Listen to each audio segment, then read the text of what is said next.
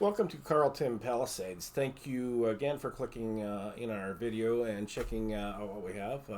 We would like to start off by letting the viewers, know we have some skits in the wings that we're working on, and be sure to come back and see what we've updated. And thank you for subscribing and leaving any information that you feel is pertinent to this. All right. Oh, welcome, Devin. Hi. I've been here the whole time. Yeah. He is a new addition to T.S. Shirley Media Group, and we welcome him and his future contributions, and we're looking forward to his energy to take this venture forward and see what we can produce. And we're looking forward to having fun with Thank you. as well as the viewers. Oh, yeah, I'm excited to be here. I've always kind of wanted to do something like this. So let's make this as good as we can. Yeah. Awesome. Yes.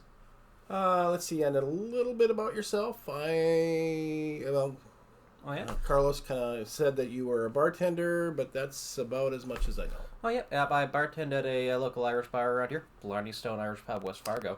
Not right. Pretty cool place. Not a sponsor. But we are patrons. Exactly. I don't mean to brag, but I'm there all the time. But yeah, I bartend there. Again, my one main thing, with the new year around, all of us have our resolutions. Some lose weight.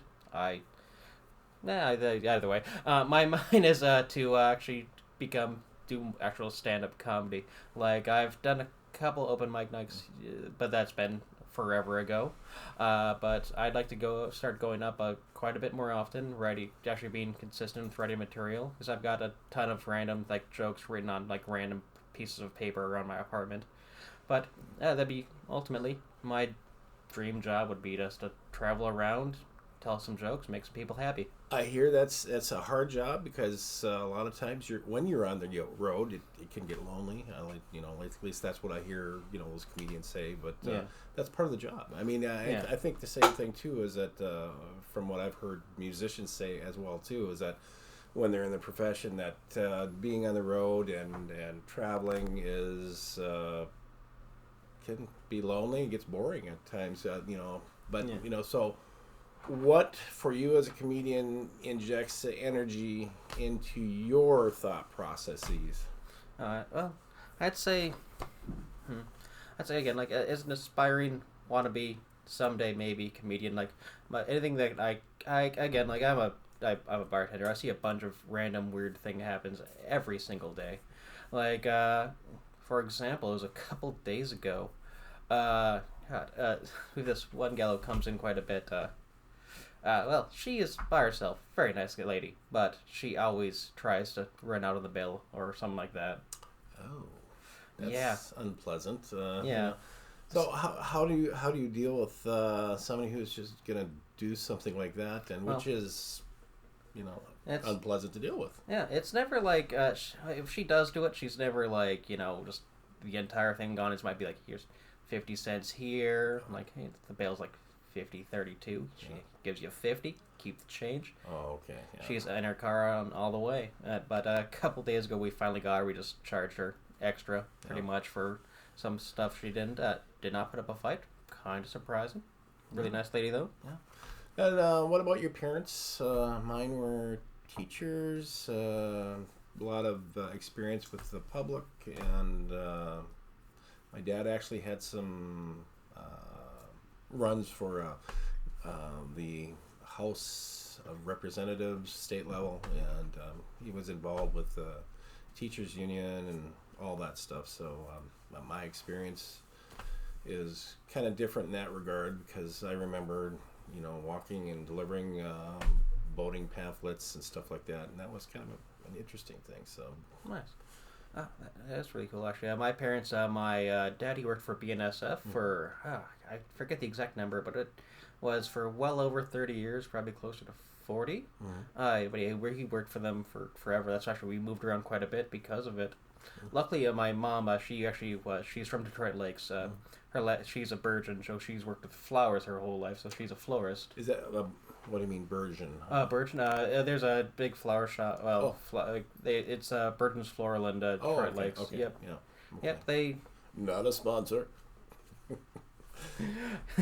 Thanks for reminding that. Yeah. Yeah, but yeah. So pretty much my grandfather and my great uncle, they started a flower company back in the day. So my mom has always been surrounded by flowers. So do you have kind of this genetic kind of understanding about florists and flowers and all that stuff, or are you totally oblivious? Oh, I have the opposite of a green thumb. I remember once me and an old roommate, he somehow inherited a tree, like one of those like little, not like a redwood, but he just had like one of those little trees about a yay or so tall, like and that thing promptly died pretty quickly. Like we watered it, we took care of it, and then just dead.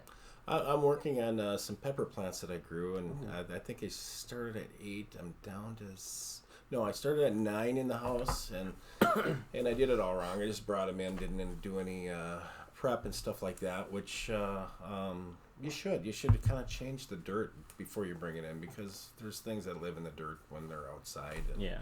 And, well, I got guests, the little flying guests. And, I'm really seeing something. But anyway, I think I've killed 2 of the pepper plants, but I'm hoping, North Dakota winter, we're Monday lasts through Wednesday, and that's what it is. So I'm happy this Wednesday because it's the end of my Monday. Nice. So, but pretty much. So yeah, I really wish I did have a green thumb, like any kind of thumb, really. But then with my dad's job, pretty much we moved around quite a bit when I was a kid. Like, again, I lived in Brainerd, Minnesota. That's where I was born. Again, not a sponsor. City of Brainerd. You could be, though. Best fishing in North America in wintertime. Bam, bam. That's a plug right there. You're welcome. Hey, they got this big fishing contest. We should all go, I'd be okay with that. Yeah. Nice little vacation. Stop by a couple of breweries around there. Biggest fish, you get a truck. Yes. I could use a truck. Yeah. Well, Ford Fusion ain't cutting it. Not a sponsor. Ford Fusion, it could be. Yeah, that's true. I lived there. 6 or 7. We moved down. We moved down to Topeka, Kansas, which again, nice little city. Again, I only lived there for about 3 or so years. Nice people. Moved up to Bismarck in about 2000, 2001. It's all kind of a blur. I lived there till I was about 21 or so. Then I moved up with some friends in about 7 or so years ago. I originally came here to go to NDSU to become a teacher, until I realized I couldn't be around kids for 40 years. Teachers are a different breed of people. They deserve every ounce of respect they can get. Oh, yeah. Also, a big raise. Yeah. Yeah, my parents were both teachers. They did their work careers. My dad initially started off in a one schoolhouse unit, and then he went to a little military thing called the Korean conflict, and had some experience there. And he did not go to Korea, but he did go to Germany. Ooh, Germany, that sounds lovely, actually. It was Reconstruction Germany after World War II. Ooh. So they were big on selling their wines and stuff like that. So he would go into the castles and stuff like that, and he was telling me one time about having wine, and then they would bring the grapes and have a sip of wine and eat some grapes. Nice. So. Ooh. Yeah. Speaking of wine, it's about time to start winding down this podcast. Okay. So guys, thank you very much for checking us out. Check out the rest of our content. We'll hopefully have some more skits, sketches, episodes, all that fun stuff coming out in the nearest future. Anyways, please subscribe and let us know what you think in the comment section. We'll see you in the next video. Thank you much for checking us out, and welcome, Devin. And we hope to hear or see, and please subscribe if you do. And if you don't, tell your friends. Thanks.